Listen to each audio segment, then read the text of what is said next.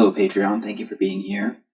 One of the first things I realized about making this show is how much I would not be able to rely on what I assume to be true about so many of these things that I'm talking about in regards to country music. That's in the last line of the intro, the part that says, "I've heard these stories my whole life. As far as I can tell, here's the truth about this one." That means I tried my best to make sure I knew what I was talking about before I started talking to you about it.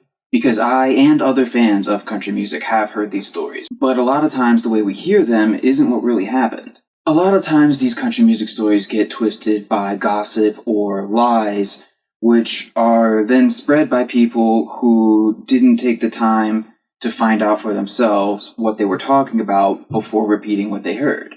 The goal of Cocaine and Rhinestones is to make it difficult for people to continue doing that without being corrected by someone who's heard the truth.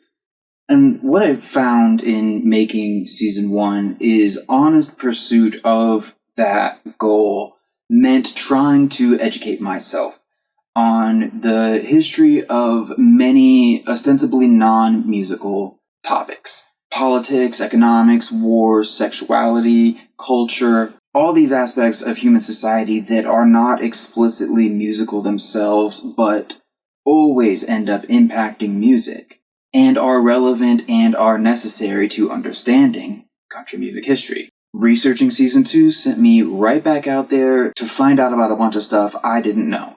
I expect researching every season of this show will probably entail me learning major events in history which I had never heard of before, which is a very humbling experience for someone who does what I do.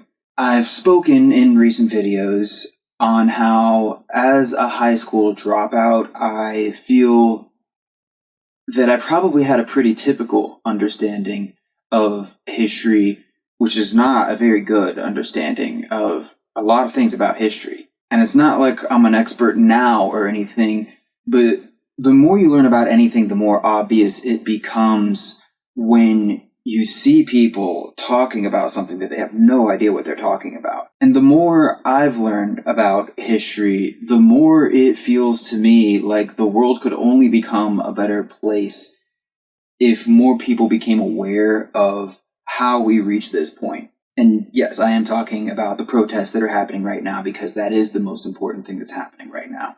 But I'm also talking about everything. As much as we can know of what brought us to this stage of the human experience. Why is everything the way that it is? What has happened?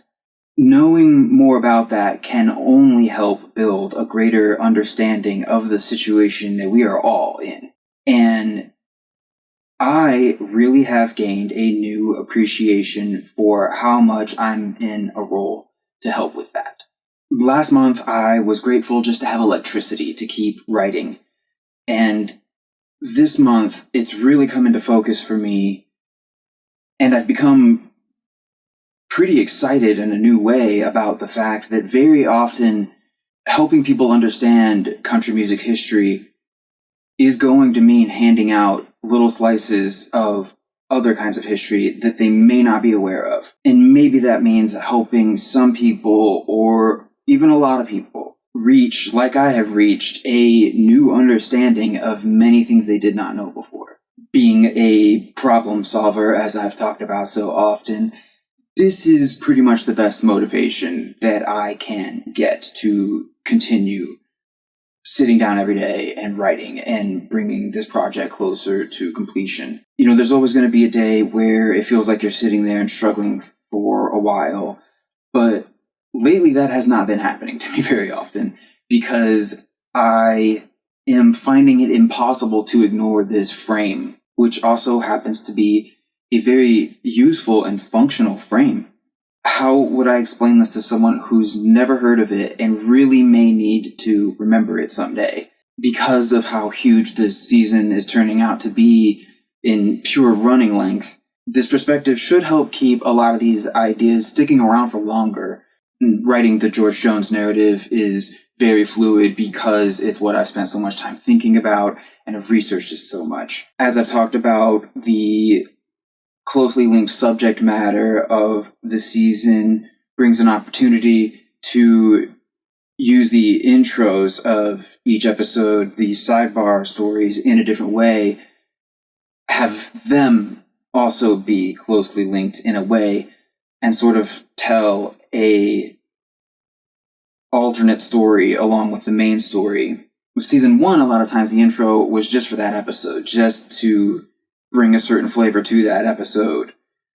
This time, an intro is sort of meant to echo throughout the whole season, which again is just this huge, complicated thing. So this sort of philosophy of package is really turning out to work very well. But yeah, this thing I'm writing, it's huge, it's complicated, and I'm excited about how well it's going, so I'm going to get back to work now. Again, I really appreciate you supporting this project. Please take care of yourselves, and I'll see you next month.